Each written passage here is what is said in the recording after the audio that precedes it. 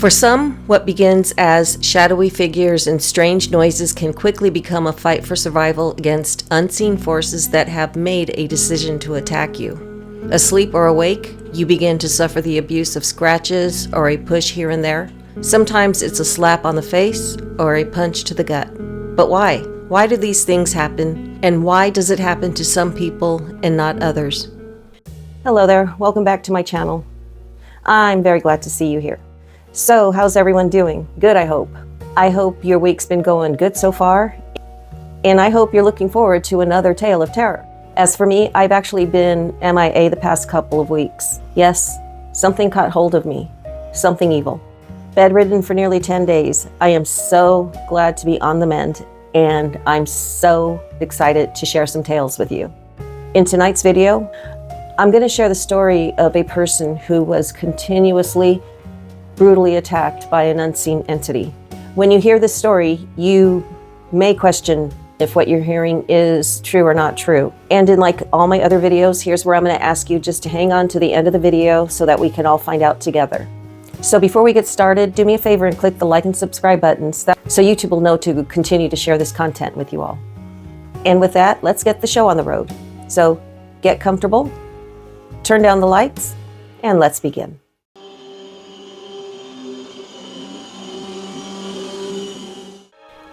Imagine having recurring nightmares about stepping onto a staircase and being chased by a malevolent entity you can't see. Then imagine moving into a new home with your family and discovering that the staircase inside is the same one you kept seeing in your nightmares. That's what happened to Cindy Sarro, and what you're going to hear tonight is one of the most disturbing cases of paranormal attacks on record. It was 1991 when Cindy, along with her long-term boyfriend Glenn and her two young daughters, Brooke and Christy, moved out of their small duplex and into a large house Cindy purchased on a steep hill in Caseyville, Illinois. Due to her health conditions, Cindy was a stay-at-home mom and Glenn worked nights. So the house hit the desired check marks for Cindy and Glenn. It was big enough to comfortably accommodate their family. It had a lot of land, which Glenn was excited about. They were also close to Glenn's parents' home, and probably most importantly, the new house was minutes away from Cindy's mom, who was suffering from lupus, an autoimmune condition in which the body's immune system attacks its own tissues and organs. During the whole buying process, Cindy began to have recurring nightmares of being chased down a staircase by an unseen entity. Cindy said that the staircase was always the same one, and no matter how hard she tried to see what it was chasing her, she never could. Sadly, it was likely a sign of what was to come. After the house was purchased and all the paperwork signed and filed, Cindy, Glenn, and the girls were on their way to move into their new house, but the excitement was cut short. On move-in day, the family was greeted by swarms of hornets and wasps that kept them from entering the house. They immediately got busy removing them and their nests, having to purchase a lot of bug spray and digging up flowers and bushes, basically anything that might attract them back to the house. This was so unexpected and odd to Cindy, since they never saw any signs of a wasp or a hornet infestation during their visits to the house throughout the buying process. They only showed up on move-in day. When they finally made it into the house, they noticed a thick, heavy heat inside, which struck Cindy as strange, since on every visit before move-in day, the house was always cool inside. So Cindy decided to open the windows to let in some fresh air, but they wouldn't open. It was as if the windows had been permanently sealed shut. So, to at least cool off the girls, Cindy suggested they go upstairs and run themselves a cool bath, which they did. Within 5 minutes, the girls were screaming for her. Without hesitation, Cindy raced up the stairs and found that instead of water pouring from the spout, a thick black liquid was flowing out. Could the swarms of wasps and hornets, unusual heat inside the house, windows that refused to open, and a black liquid flowing from the water spout be additional signs that went unnoticed? If so, all of that was just the beginning of the madness to come. That evening, as the sun was setting, Cindy saw it. Stunned with disbelief, Cindy stood there staring at it. It was impossible. How could this be? And how had she never seen it before? Maybe because all of the visits to the house before were made in the daylight, and now, with the darkness coming, she could see it. It was the staircase from her nightmares, completely recognizable in the dark. Consumed with anxiety, Cindy knew she had to shake it off, but that was quite a big, scary coincidence that was a little too hard to ignore.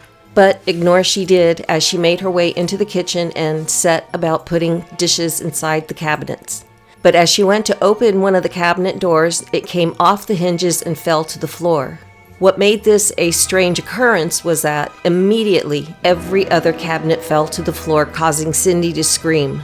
What's more, Cindy noticed that with each falling cabinet door, the kitchen's lights began to flicker. Hearing Cindy's screams, Glenn came rushing in and assessed the situation. He summed it up as an old house in need of many repairs.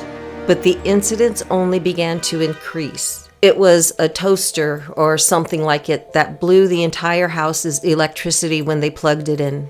Fortunately, Glenn, being a handyman, was able to fix the electrical issue, but when they went to plug the refrigerator into the wall, the socket went straight through the wall. It was as if the wall were made out of paper. Bizarre was becoming the norm in Cindy's house. As they walked through the house, it became evident that several of the rooms had floors that were drastically uneven. Again, this was something they had never noticed during all of the previous visits to the house. And when she did laundry, her clothes would come out stained black from that black liquid, which eventually, inexplicably, stopped. Electricity was becoming a big issue, with the lights flickering on and off and the television turning on and off at random times during the day and night. Finally, Cindy had an electrician come to the house to fix the problem, and what the electrician found was unsettling. He told Cindy that someone had deliberately reversed the house's wiring, as if to sabotage it. Cindy was adamant that neither she nor Glenn would ever do that. Then there was the issue with the telephone. It would simply not work at times, so Cindy had a technician from the phone company come out to find out what was going on, but the technician found no signs of wiring or signaling problems. Is it possible that all of this was happening as a scheme to isolate Cindy from friends and family? The intermittent phone outages made it difficult for Cindy to reach out to others when she wanted or needed to. And when her mom came to visit Cindy, she would become overwhelmingly sick to the point where she stopped visiting Cindy at her house at all. Family members who would come to visit Cindy would have to leave because upon their visits with her, she would begin to suffer excruciating migraines that would literally drop her to the floor from the pain. Once her visitors would leave, the migraines would stop. One time, Cindy's young nephew came to visit them at the new house, and when he arrived, he sensed a negative energy that scared him. He told Cindy that he wasn't going to stay there. There was a similar incident that happened when Cindy's niece came to visit. It was an overnight stay that would end any further visits to that house for her. That morning, she told Cindy that she didn't sleep at all. When Cindy asked her why, she said the entire night she could feel someone watching her. With the flickering lights and strange sensations inside the house, Cindy's daughters became too afraid to go to their bedrooms alone or sleep in them. So Cindy decided to let the girls sleep together in hers and Glenn's bed since he worked nights. And with the girls now situated, Cindy would begin to sleep on the couch in the upstairs living room. And that is how Cindy would experience the first of several violent attacks. It was 2 hours after putting the girls to bed and falling asleep on the couch, Cindy was jolted awake from a sharp burst of pain she felt from having her eyelashes yanked. She sat up and looked around the room to see who would do that to her, but she was alone. So she got up and began looking around the house. She only found the girls sound asleep in her bed. There was no one else there. So she brushed it off as a bad dream and went back to her couch to try to sleep again. As Cindy lay down, she draped her arm over her eyes and was hit with a violent punch to the side of her head. Again, she jolted upwards from the shock and pain, and again, she found herself alone in the room. These attacks became a frequent occurrence for Cindy. After putting the girls to bed, she would lie down on her couch and fall asleep around 10 at night, and when midnight hit, she would wake to violent beatings by an unseen attacker. Have you heard of astral projection? Well, if you haven't, astral projection is an intentional out-of-body experience, or OBE. And what this means is that your soul, or your astral body, can leave your physical body at will. Cindy stated that she began experiencing astral projection. She said she would fall asleep and wake to see herself sleeping on the couch. She also shared that while in astral form, the beatings she took were more violent and vicious than when she wasn't in an out-of-body state. I mentioned earlier that Cindy was a stay-at-home mom because of her health condition, which was a ruptured disc in her lower back, which caused her chronic pain. Cindy shared that during some of her violent attacks, she would get kicked and punched in her lower back and sides. She said it was like someone was intentionally trying to cause her even more of the pain she was already experiencing. As in the title of her book, The Wall, Cindy realized that with each attack, her attention would be drawn to a large blank wall inside her living room. This wall had a dark and ominous presence that scared her. She said she could sense something bad lurking within that wall. She didn't want to ever even look at it, but for whatever reason, during her beatings, her eyes would drift to that blank wall. There came a night as the girls were sleeping in Cindy's bed and Glenn was at work. Cindy was on the couch drifting off to sleep. She could sense another OBE beginning. Cindy's astral projections always happened with her slipping out of her body, but this time it was different. Cindy felt something trying to force her out of her body. And that night, she received the worst beating of her life. As she said before, the beatings she endured were much worse when she was having an out-of-body experience. This time, she said the pain of the beating was amplified to the point she felt like something was trying to end her life. But while she endured this beating, she prayed and prayed for God to help her. And that's when she heard a man's voice say, "It's evil, it's evil." Then, right after that, she felt her unseen attacker release her, letting her go back into her body. After that, Cindy wouldn't sleep for months. She was too scared. So the attacks on Cindy began to happen even when she was awake. Amid mounting fear and frustration, Cindy found herself in an argument one day with Glenn.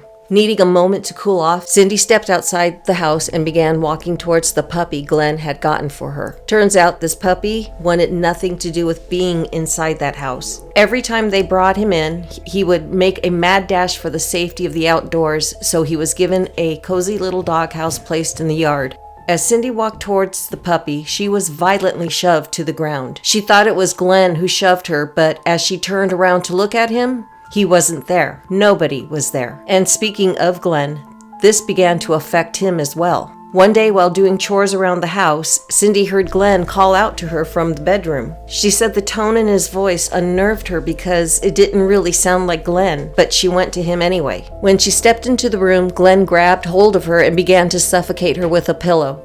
Cindy kicked and struggled against Glenn with all she had. Breaking free from him, she raced out of that house and drove to her mom's house. She didn't tell her mom what had happened. She only stayed there until she knew her daughters would be getting out of school. When Cindy came back home later that day, she was dumbfounded to see that Glenn was acting completely normal and had no recollection of what had happened earlier. That's when it hit her that the entity was now taking possession of Glenn. And Glenn wouldn't be the only person who would be possessed by this thing. Brooke and Chrissy had made friends with a neighbor. He was a young kid around their age, playful and friendly. His name was Sean. Cindy recalls a time when the girls were playing in the woods with Sean, only for it to get cut short when Christy ran inside the house in tears. She told Cindy that while they were out playing, Sean said that he was going to nail their mother to the wall at midnight. Cindy asked Sean about this, and he said he didn't know why he would say such a thing. Then one day, while Glenn was on the roof making some repairs, the girls were playing outside with Sean. He could easily hear the kids playing, and what he heard shocked him.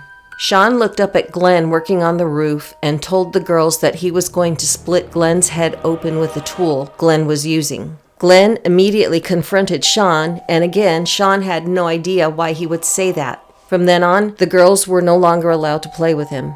As time went on, the beatings intensified along with Cindy and Glenn's arguments. They were constantly fighting to the point that Cindy asked Glenn's mom to take him in for a while, which she did. Then one night, Glenn showed up at the house. Cindy had locked the door, but Glenn wanted to get inside. Cindy told him to leave, but he wouldn't. He was determined to get inside that house, so he tried to smash the door down. Cindy was scared, so she told him she was calling the police. Then everything went quiet. Glenn had walked away. Standing there for a moment, Cindy went over to the window to see if Glenn had left, but to her horror, she saw Glenn walking back to her front door carrying an axe. She immediately called the police, and they arrived before Glenn could break down the door. The police asked Glenn what he was doing with the axe, and he told them he was chopping wood. Of course, they didn't believe him, so they arrested him. Cindy didn't press charges against Glenn. She suspected the evil entity inside the house was causing Glenn to act this way. She didn't allow him back into the home either,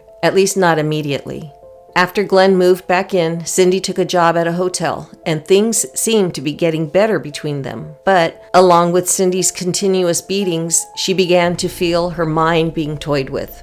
One night, Cindy got up to use the bathroom. She turned on the bathroom light, and when she went to wash her hands, she looked in the mirror. The thing is, when she looked in the mirror, she didn't see her reflection. Instead, she saw the face of an old, angry hag staring back at her. She screamed and ran out of that bathroom. And when it came to that wall, Cindy believed what was lurking within was now beginning to show itself to her. One night while lying on the couch, Cindy's eyes were drawn to the wall where a young boy in early 1900s clothing stood. He began to move around the corner of the wall and gestured for Cindy to join him. She refused, and the boy vanished.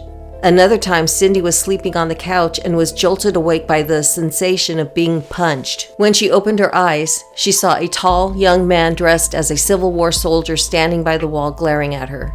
She could feel his seething anger as she turned away from him and began to pray. When she looked back, he was gone. Cindy would soon learn that where her house was built, many Civil War battles were fought, and that the soldier who had probably fought and died on her property showed up because Glenn had removed a tattered old U.S. flag hanging from a wall. She had him put it back, and the soldier never showed himself again. I want to mention that Cindy had an irrational fear of the house's fireplace. She begged Glenn to never light it. Well, one night Cindy woke up to what looked like a cloud of pink smoke. She feared the house was on fire and was ready to jump out of the window, but instead she watched her young daughter, Christy, approach her, her expression angry and snarled. Christy told Cindy, in a voice that was not hers, that she had seen what she did and hated her.